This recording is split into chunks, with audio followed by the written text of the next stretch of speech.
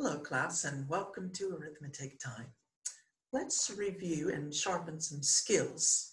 All right, you tell me the answer after I say equals.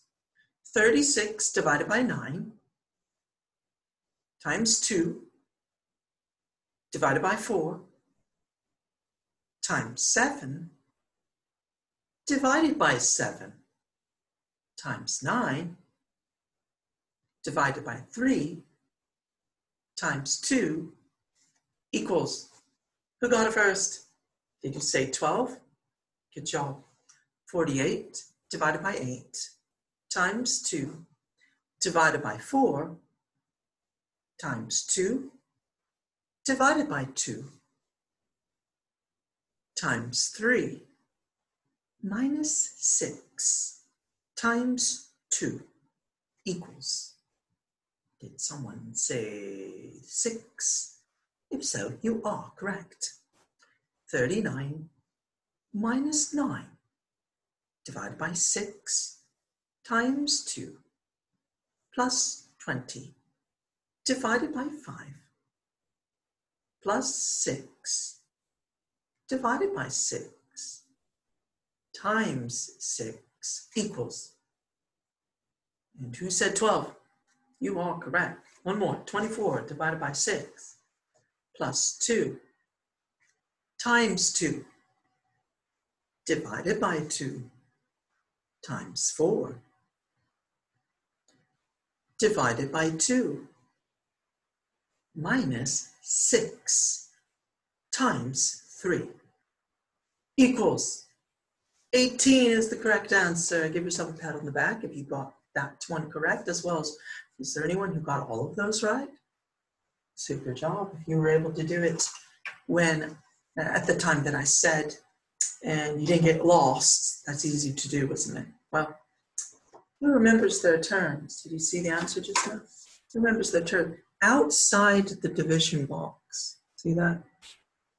What is that first number outside called? It's called the, did you say divisor? And what about inside the division box? It is called what? Dividend is correct. And what is the answer called? Which you put on top. So where the 8 is, you put the 4 on top in the answer. That is what? The quotient. The quotient is our answer to our problem. All right, and do you see the answers right there, written for you? Divisor, dividend, quotient. Divisor, dividend, quotient, as you prepare and review for the next grade, right? Hopefully for 5th grade, you will be ready. Those of you in 4th grade coming up, that's one of the first things I believe you'll do. Let's review a little bit of this. Now I did a lesson on this not so long ago. In fact, you may recognize some of the same numbers, so that's all right. Let's look at this. 7 over 10. We say it 7/10 with a THS. We write it, though, as a decimal, we write it 0.7, 0.77. And you remember when we first introduced it, when we look at our decimals, our decimal and our numbers behind the decimal, the first one is tenths, hundredths, thousandths. Just like with our regular numbers that don't have decimals, we have our ones place, tens place, hundreds place, 1,000ths place, right? Well, we don't have a oneths, do we? Our first one is tenths. So we start with tens because if you really think about it, it makes sense.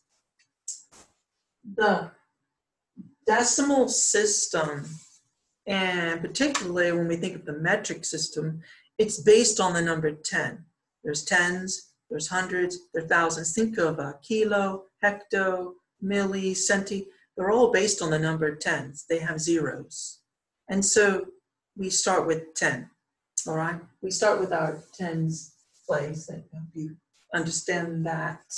The tenths place is the first place after the decimal. The second place is the hundredths place. And remember the trick that I had told you in a previous video? The trick was that however many zeros there are in your fraction, that's how many places past the decimal would be. So 10 has 1 0, so one place past the decimal is tenths. Or if you're looking at the other way and they give you the decimal figure, you can know that's tenths because it's just one place and there's 1 0 in the number 10. So that may help you. However many zeros there are, that's how many places past the decimal for that one, what it should be.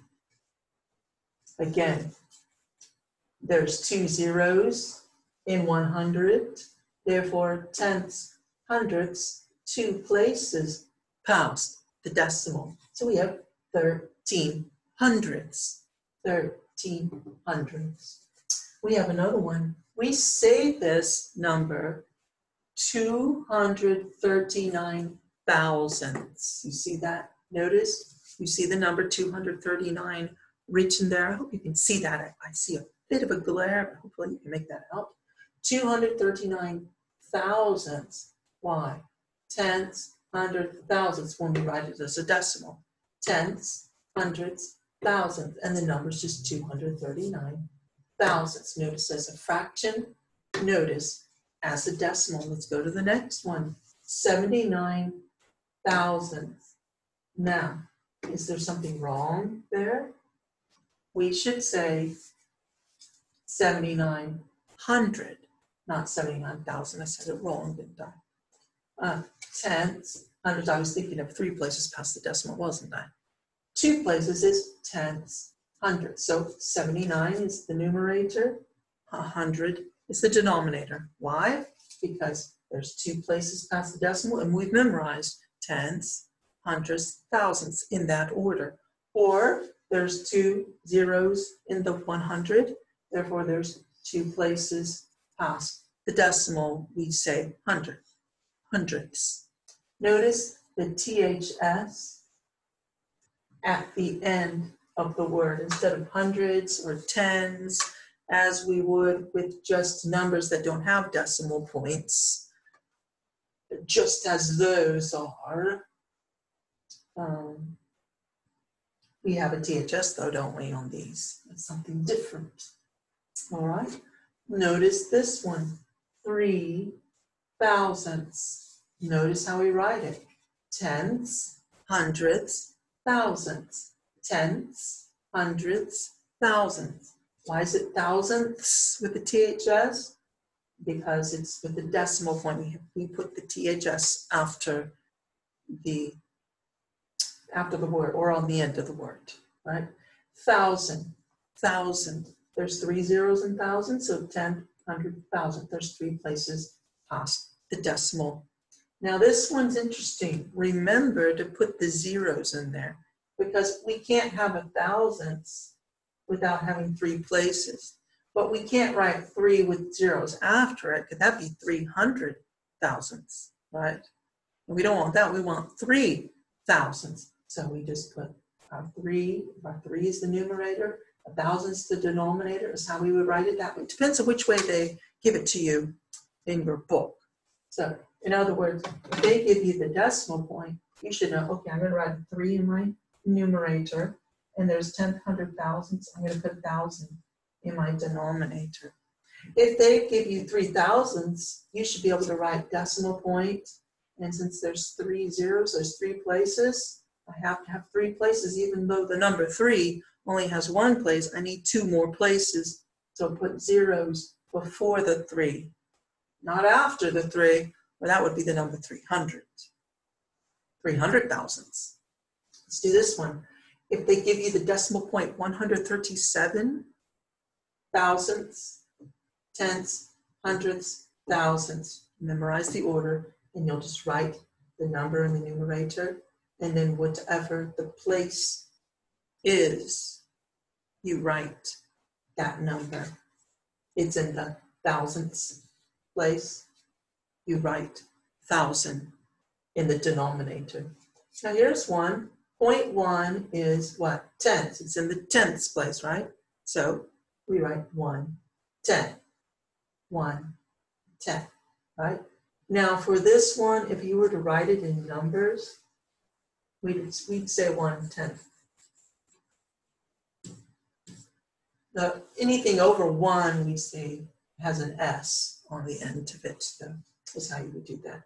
All right. Oh, this one right here, 643. How would I write that as a fraction? How would I write that as a fraction? First, always take, did you say 643 in the numerator? Yes. Put that in your numerator. Whatever the number is, your decimal goes in the numerator. Write your fraction bar lines. How many places past the decimal are there? There's 3. Therefore, I'm going to put 3 zeros after a 1. And is that right? Yes. Tenths, hundredths, thousandths. Whichever is easier for you. If you can just memorize, the first one is tenths, the second one is hundredths, and the last one, or the third one, in this case, is thousandths, then just write thousandths. If it's easier for you to remember, oh, there's 3 places, so there's 3 zeros, then write 3 zeros, put your 1 there, and you've got the number. 643 thousandths is the correct way to write it. I hope you found this video helpful. If it was helpful, put a like for it. This was a simple, shorter video just about reviewing some things and reinforcing the concept of place value and fraction and decimal equivalent. Thank you very much for being here, and I look forward to seeing you the next time. All right, you take care. Bye for now.